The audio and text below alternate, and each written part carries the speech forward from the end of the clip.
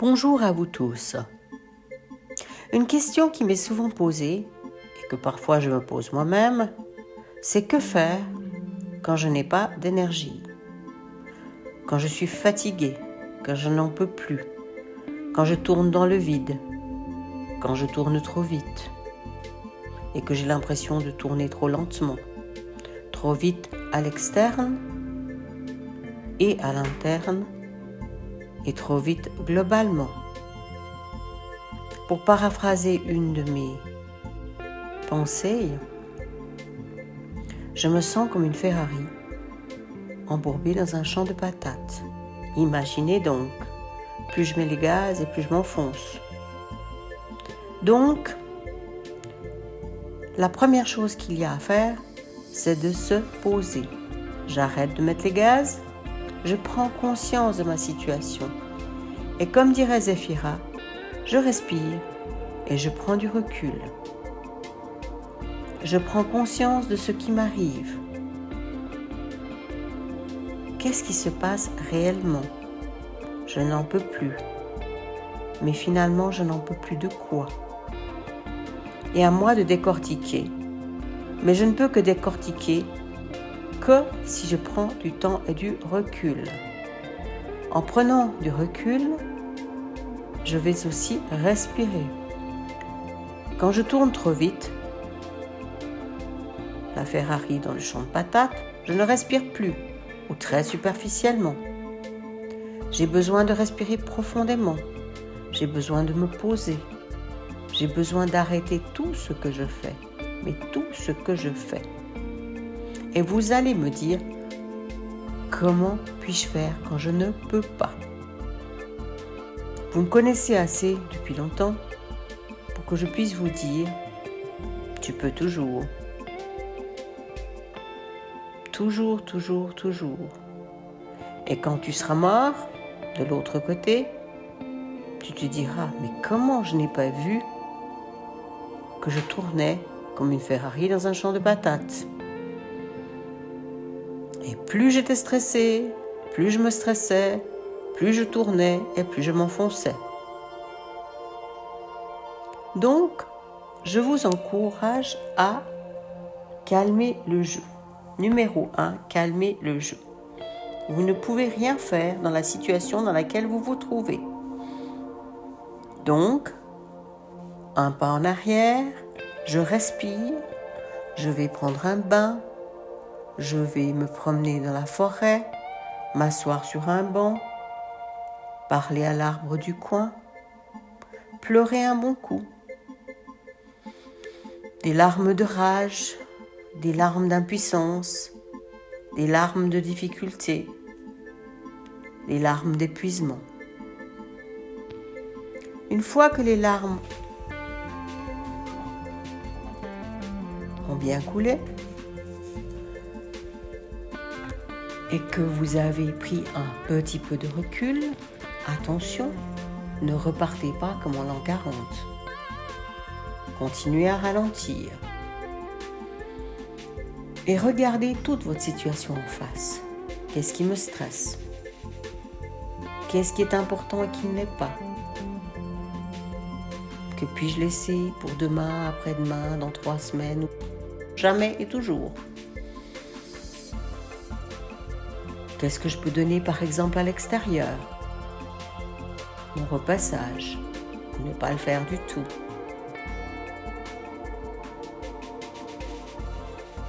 Et une fois que j'ai pris un peu de distance par rapport à la situation, il faudra peut-être 2 jours, 2 semaines, 2 mois ou 2 ans, en fonction de qui vous êtes et de votre capacité à réagir et à oser regarder le tout en face et commencer le chemin du changement. Une fois que vous avez regardé votre situation en face, que vous vous dites « je n'en peux plus », vous commencez par dire « qu'est-ce que je peux éliminer? Qu'est-ce que je peux enlever de ma vie ?» Le repas dominical chez la belle-mère, les petits copains du fils pour l'anniversaire au McDonald's, tout ça, je peux enlever. Si je suis morte, de personnes fera ce type d'anniversaire. Et peut-être que c'est le moment de changer de type d'anniversaire ou d'arrêter le repas dominical avec la belle-mère. Osez dire « je suis épuisé, je n'en peux plus ». Et osez aussi dire que vous n'avez pas besoin de conseils. Les yakas, il y en a beaucoup trop. Les yakas, il faut les laisser loin de vous. Moi, Claire, j'ai connu des yakas tout au long de ma vie. Même moi toute seule, j'étais yaka. Yaka, yaka, yaka, yaka, yaka. Drôle d'espèce, une véritable épidémie. Donc, je reviens et je me pose. Je vais peut-être voir mon médecin. Je me fais mettre en arrêt de travail. C'est ok. J'apprends à demander de l'aide. Je dis à mes enfants que je suis fatiguée, que je n'en peux plus, qu'ils n'auront plus de repas du soir, ils auront des cornflakes et des biscuits. Ou ce qu'ils veulent bien vous préparer peut-être, qui sait. Le modèle de la superwoman, super nanny, super tout, il est désuet, il est terminé. Si vous n'avez pas le temps de faire de la purée de pommes de terre, achetez des flocons ou faites autre chose. Il est important, juste là, pour votre santé et votre équilibre, que vous preniez du recul.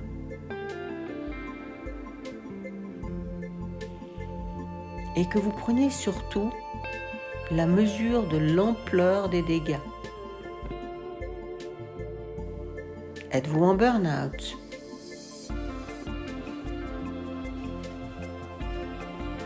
Êtes-vous déprimé? Ou le problème se situe-t-il à un autre niveau? Je n'aime pas le travail que je fais. Je ne supporte plus la famille.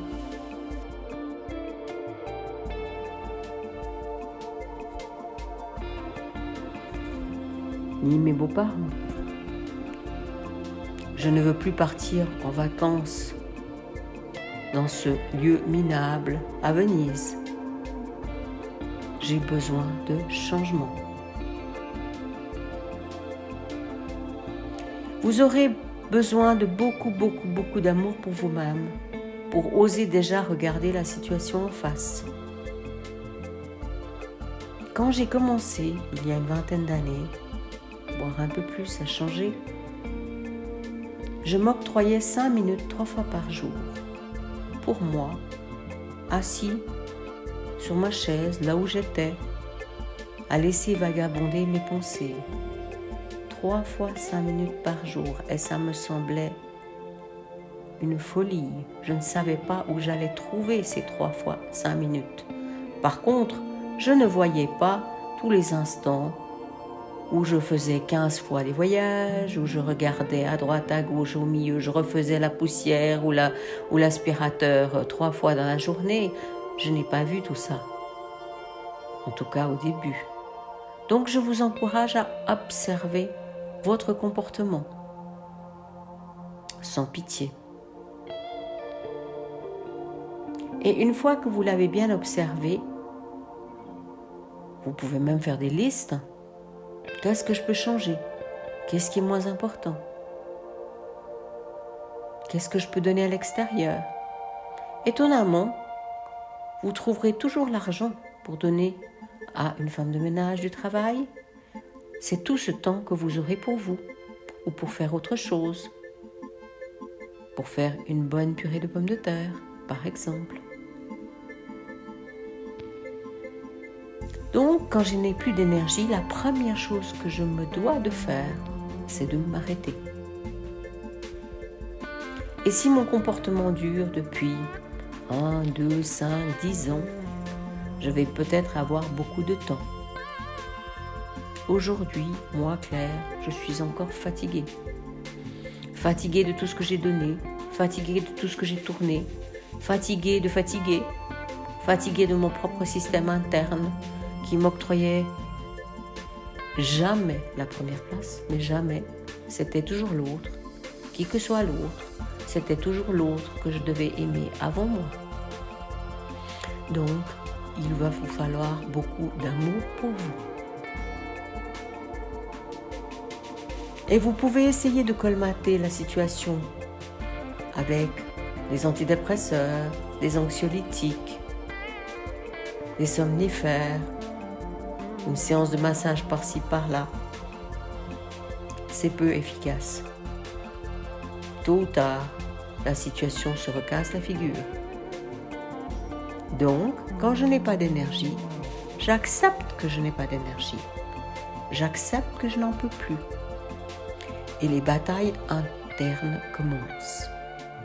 Je n'en peux plus. De quoi, de qui, etc. Et vous vous rendrez compte que pour vraiment regarder la situation en face, il va vous falloir un courage monumental, mais monumental pour dire « je ne veux plus ce métier ». Et pourtant, c'était le métier que j'aimais, c'était le métier qui m'apportait, c'était le mari qui a été le bijou de ma vie, c'était le chien, le chat, je ne sais quoi, qui a été des grands sauveurs et des grands remplissages de votre vie. Aujourd'hui, je n'en peux plus. Voilà, mes amis, voilà première partie de ce que je peux faire ou commencer à faire quand je n'ai plus d'énergie. À bientôt pour une suite de vidéos sur les problématiques de « je n'ai plus d'énergie ».